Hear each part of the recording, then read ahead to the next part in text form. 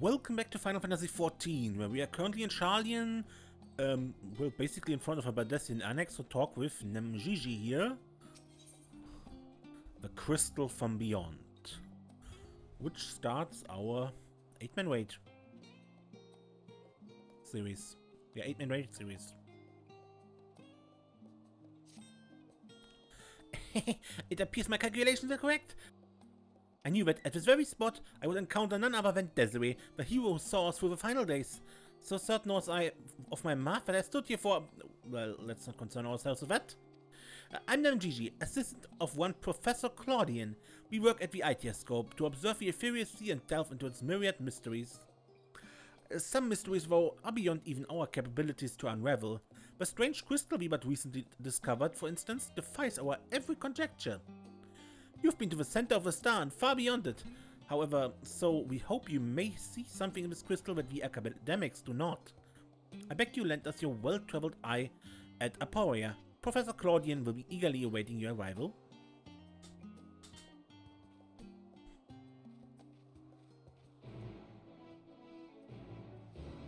And then let's go to Amaurot in Labyrinthos.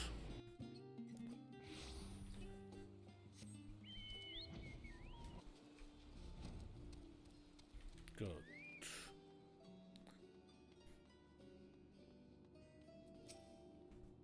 Welcome. We appreciate any insight you can provide on the matter of this crystal. Professor Claudian will share the particulars with you. As I live and breathe, it really is you. I assumed Namjiji was simply attempting to pull one over on me, as it were. Perhaps I should pay more heed to her wild claims.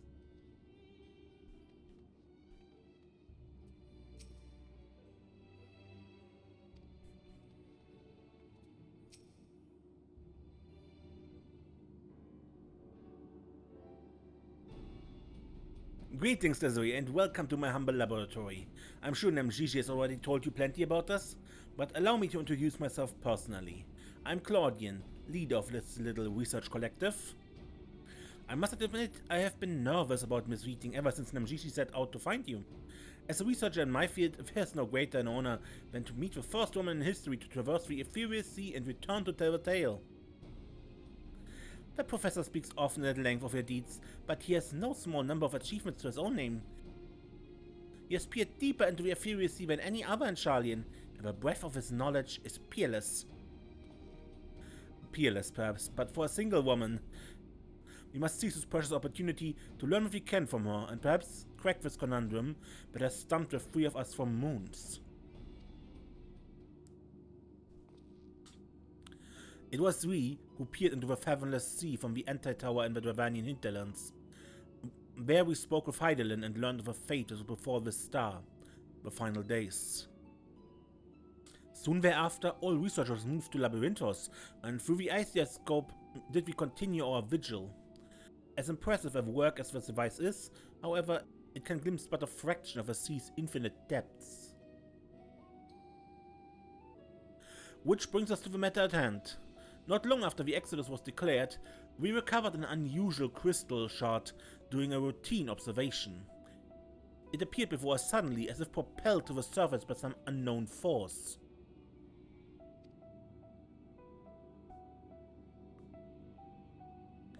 We found that it possessed an ethereal density that exceeds that of normal crystals by orders of magnitude, and its shape resembled nothing which occurs in the natural world. It was made, not formed. Unfortunately, that was the extent of the information we could glean before we were forced to turn our focus toward the Exodus. The crystal was very nearly forgotten amidst the sudden upheaval. But thanks to the efforts of a certain someone, that crisis is now behind us, and we are free to resume our research. Thus did we decide to seek you out, the dauntless adventurer who delved into the unknown and beheld its innermost secrets. And now we would have you see for yourself.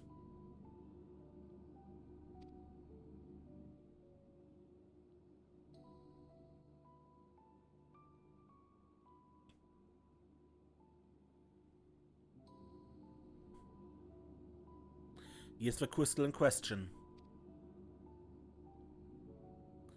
If it resembles aught you have encountered before, even by the smallest degree, please say so.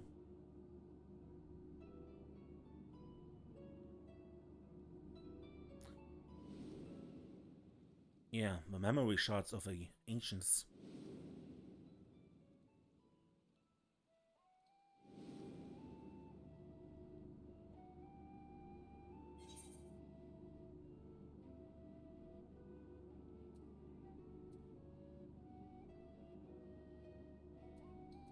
Memory abides within this crystal. As I thought, you do know what it is. Please tell me everything.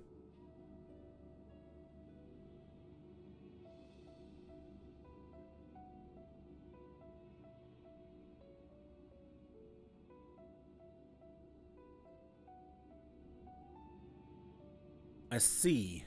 The Asians use these to transfer their memories to a new vessel. Fascinating indeed. It was plain that this crystal was special somehow, but this revelation surpasses even my considerable expectations. Similar artifacts have appeared throughout the ages. Memories of martial techniques manifested as crystalline shards on the battlefield, or storied stones passed from master to student. Soul crystals.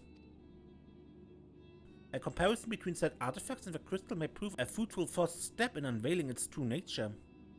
What do you think, Professor?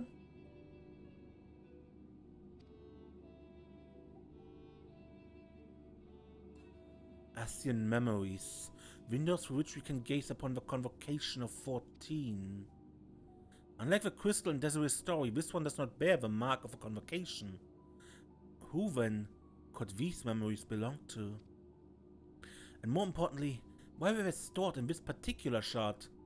More importantly still, why was it set adrift on the ethereal sea?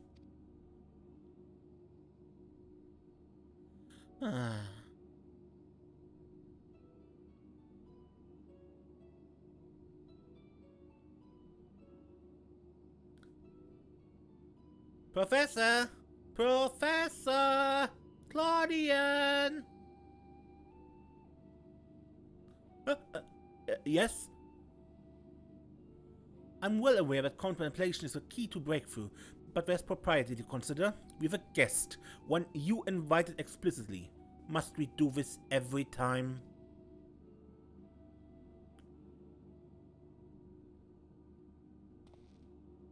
Well, yes, of course, our guest. Terribly sorry, I do so easily find myself unmoored by the tides of rumination.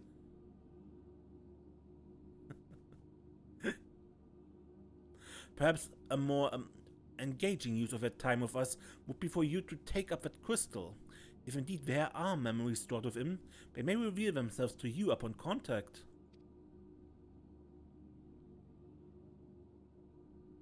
Alright.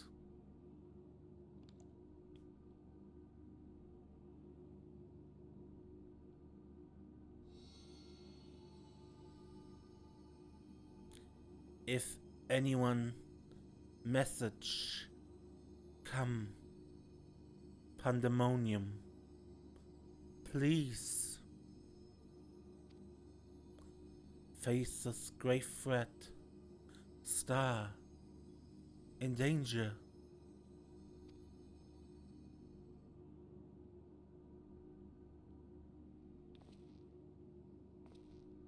That expression does not bode well. What did you see? I heard a voice.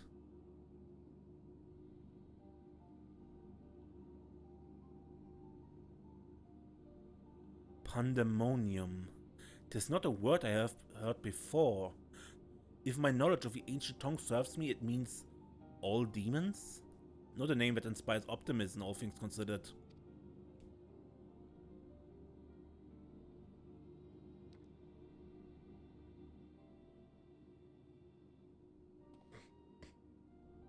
In the event that another star-shadowing cataclysm is in fact bearing down upon us, I would have the aforementioned examples of crystallized memory in hand. Namjuji, Wisano, I entrust their procurement to you. If there are more memories to be extracted from this crystal, we will find them. As for you, Desiree, there is a person I would have you seek, the one who has delivered so dire a warning. Your story tells us that this crystal could very well have been made by one of the ancients. If that is the case, when discerning the nature of this pandemonium would require a trip far into the past, to an era before the Sundering. I know of only one individual capable of such a feat, the very hero who traversed time to prevent the world's doom. Alright. I must confess that tales people tell of your adventures beggar belief, and their veracity has been a subject of much debate among my peers. After today's meeting, however, there can be no doubt in my mind that every incredible exploit is fact. So I ask you now, return to the past.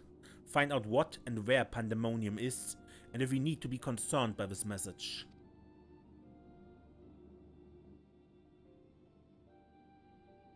Thank you. For the time being, you should keep the crystal in your possession. I do not think you have seen the last of its memories, and more may be drawn out as you approach the source. Safe travels, and maybe meet again soon to share our findings.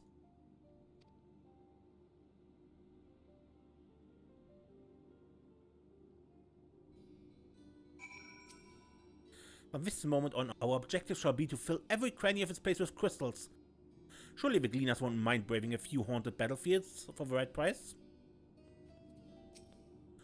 For Professor Claudian, I would burn the candle on both ends, or rather, I will. First I must find the historical documents he requested, and then... what was I meant to do again?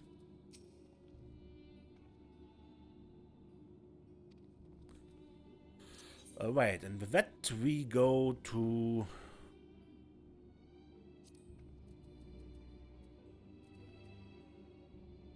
Elpis.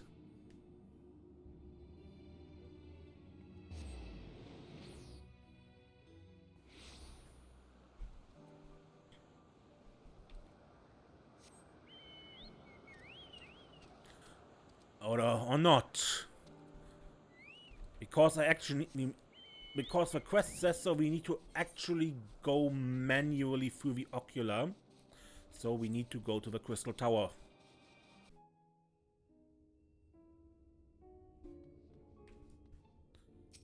Okay.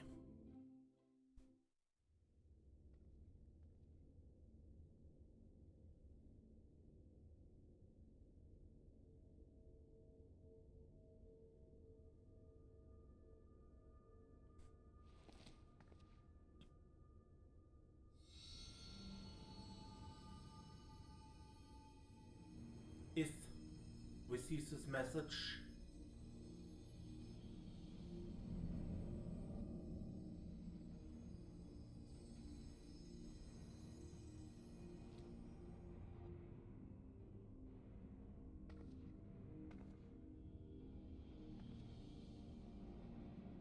Come, Pandemonium, quickly.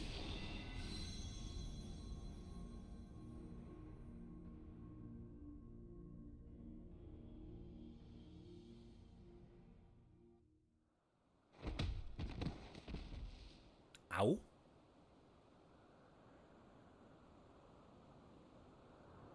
What?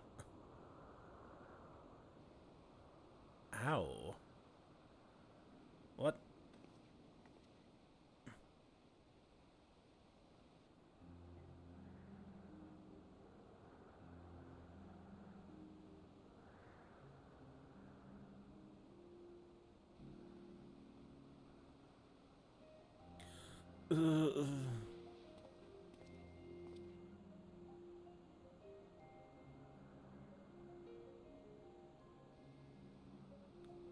Who are you?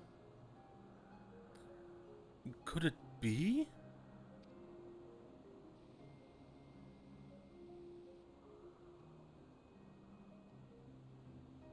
No, of course not.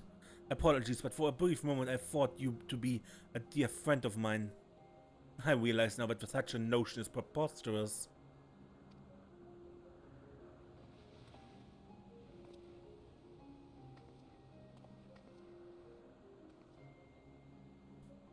She told me a falling star would appear before me, and I suppose you must be it.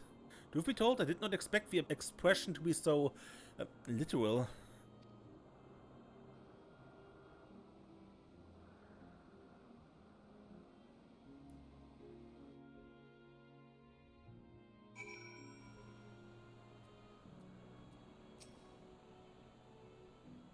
Themis, huh?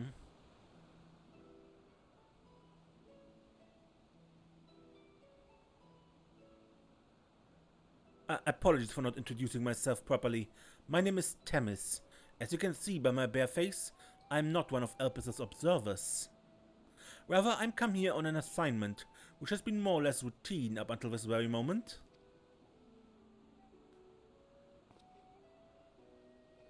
You certainly do know how to make an entrance. I must wonder what brought you here, for it is plain that you do not belong here.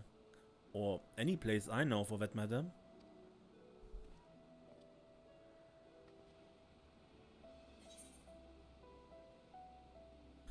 I'm also here on an assignment.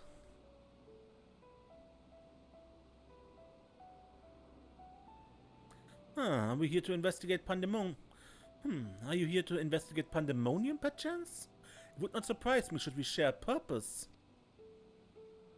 I actually do. If so, we may be able to help one another. But first, might I trouble you to explain how you came to collide with my skull? I stepped through a portal and suddenly I was there.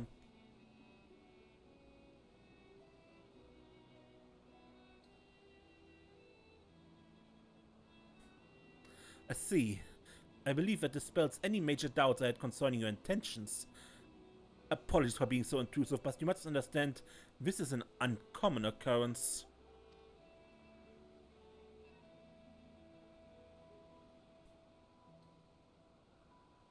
I shall pry no further, for I'm well aware that we all have secrets we must keep.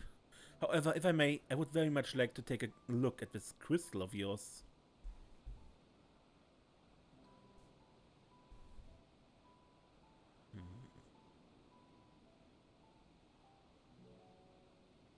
Alright.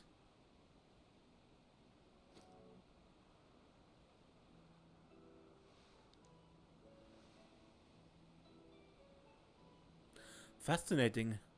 While I cannot say much as to what it contains, it's clear that there are memories stirring within. Memories that speak of something gravely amiss in Pandemonium.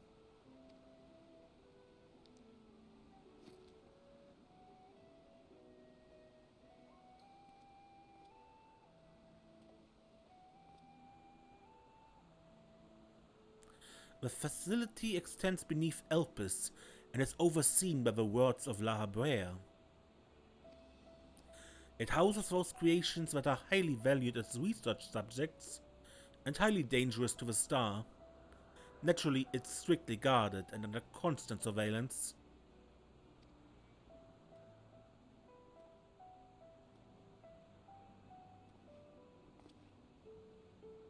Several days ago, however, an unnatural shift in the flow of its surrounding ether was detected. Soon thereafter, all communications from Pandemonium ceased.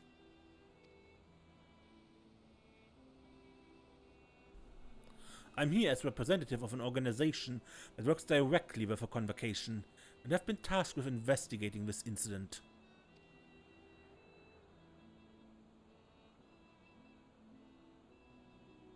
Now that there's some measure of transparency between us, might I offer a suggestion as to what we should do next?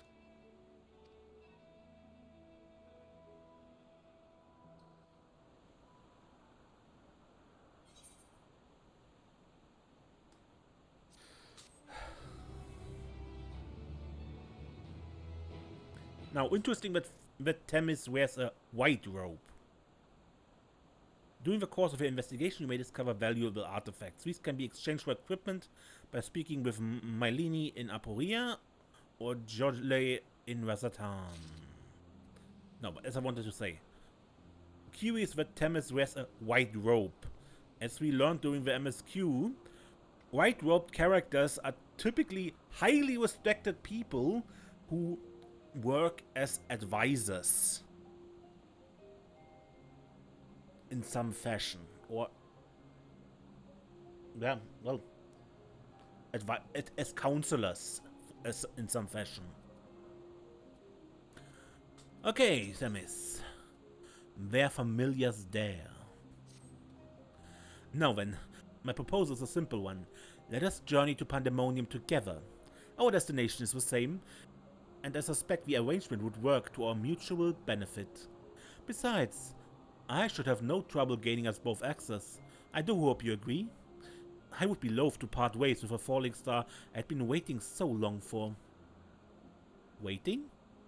Originally, I had planned to conduct my investigation with a friend I mentioned earlier.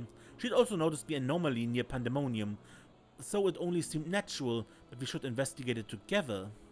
However, she eventually decided that it would be unwise for us both to go.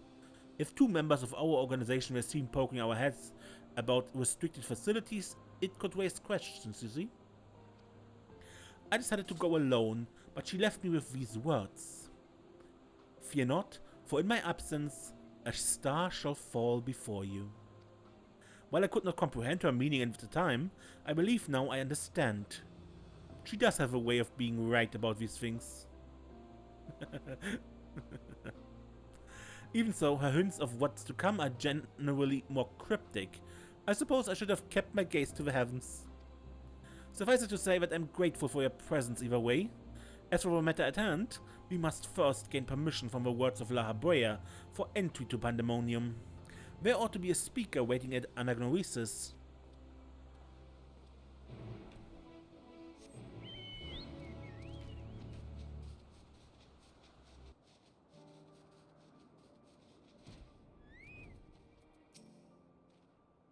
I sent a request for permission before setting forth to Elpis.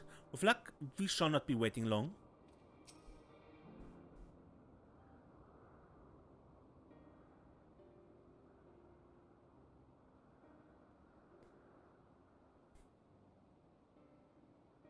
What a fascinating etheric signature. In accordance with your convocation's request, the two of you have been granted leave to observe Pandemonium. I shall register your Aether for the records. From this point on, you may freely come and go from Pandemonium as you please. Now, that was a painless process. I take that as a sign that we are meant to conduct our investigation together. Of course, while you have been permitted entry into the facility, the specimens housed inside must be handled with the utmost care. You are to heed the warder's instructions at all times.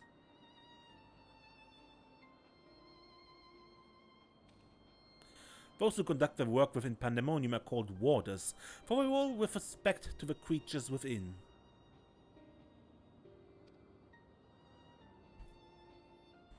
Generally, creations that pose a threat to the safety of a star must be undone. However, the words of La Habrea deemed certain such creations as worthy of further study, interring them within the facility. Those who spend their days in Pandemonium are not merely researchers. They must work tirelessly to ensure that none of their subjects slip their shackles. For all intents and purposes, the place is a dungeon. Perhaps such a comparison arouses frightful imagery, but Pandemonium is a frightful place. I know not the purpose of your investigation, but if you discover aught that merits a report, pray do so with utmost haste. Master La Habrea shall guide us upon the proper course of action from there.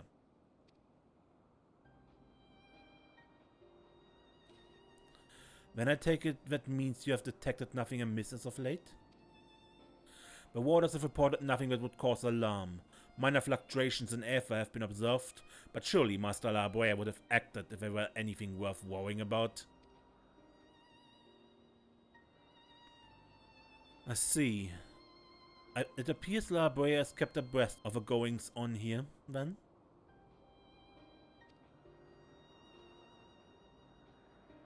I hope I'm not overstepping my boundaries by asking, but you seem to be quite familiar with Master La Habrea.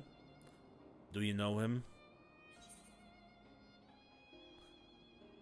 We've met.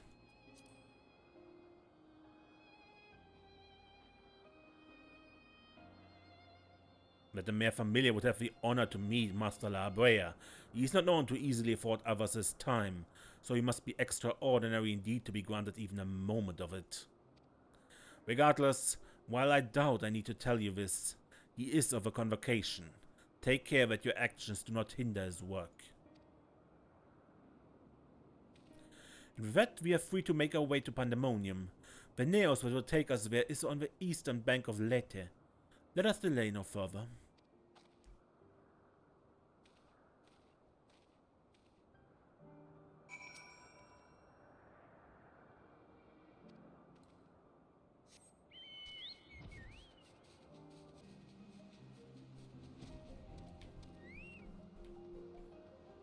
And I think this was the one that Emmett Salk mentioned didn't work because it was so overgrown.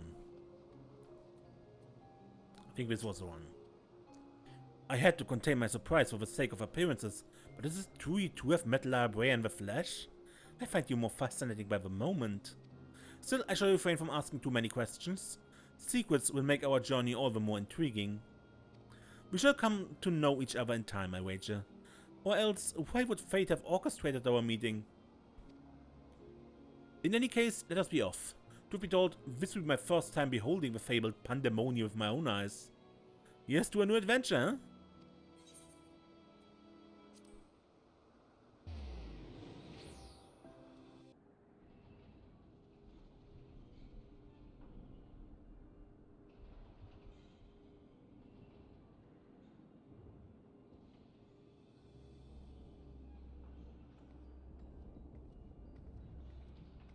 It is much as I feared. The speaker seemed in such high spirits that for a moment I thought the ethereal irregularity not nearly so grave a portent as I had imagined. Alas, that was a fleeting and vain hope. To gaze upon this complex network of chains and wards, the untrained eye might not sense anything awry. No effort has been spared in making this place impenetrable.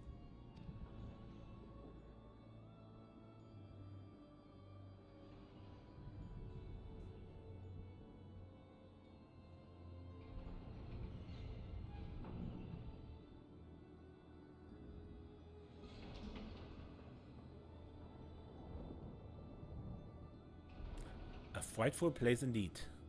Even the finest of masterworks is not without its flaws, however. Someone, or something, is tampering with the protections. It is working from within, eroding them from inside out.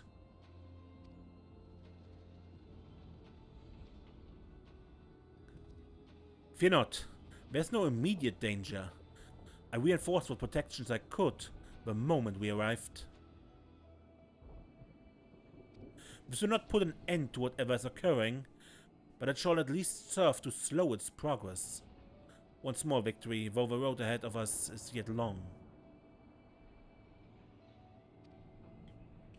Yes, powerful forces are at work here.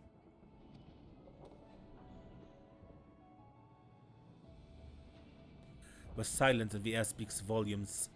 While I did not expect a bustling facility, I see not a single warder. Our first course of action should be to seek one out, wherever they may be.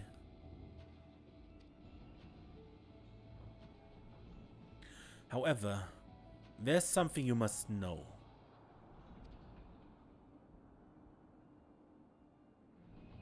The magic I wove upon entering requires my constant awareness. That is to say, if we are forced to fight, I cannot risk joining you in battle. Should I lose focus, Pandemonium's protections will rapidly crumble before the force assailing them.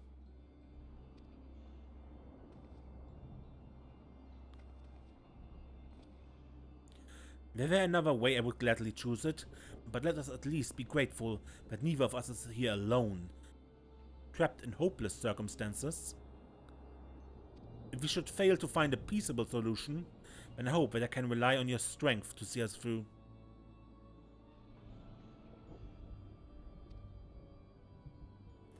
You can count on me.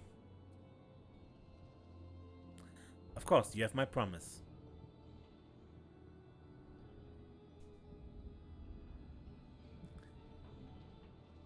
Thank you for offering your help so willingly. If weapons are drawn, I hope to be able to lend at least a touch of magical support. Creation magics do have their uses in that regard. I had it in mind to use your Aether as basis for illusory allies that will fight at your side. Perhaps 7 shall do? Not exactly an army, but by the looks of you, a formidable band nonetheless. And then so shall it be. Now, what I wonder awaits us in Pandemonium's pitiless halls?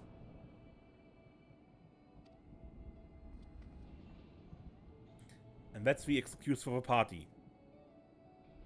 Themis creates illusory allies that basically are clones of me. Asphodelos, the first circle is now accessible.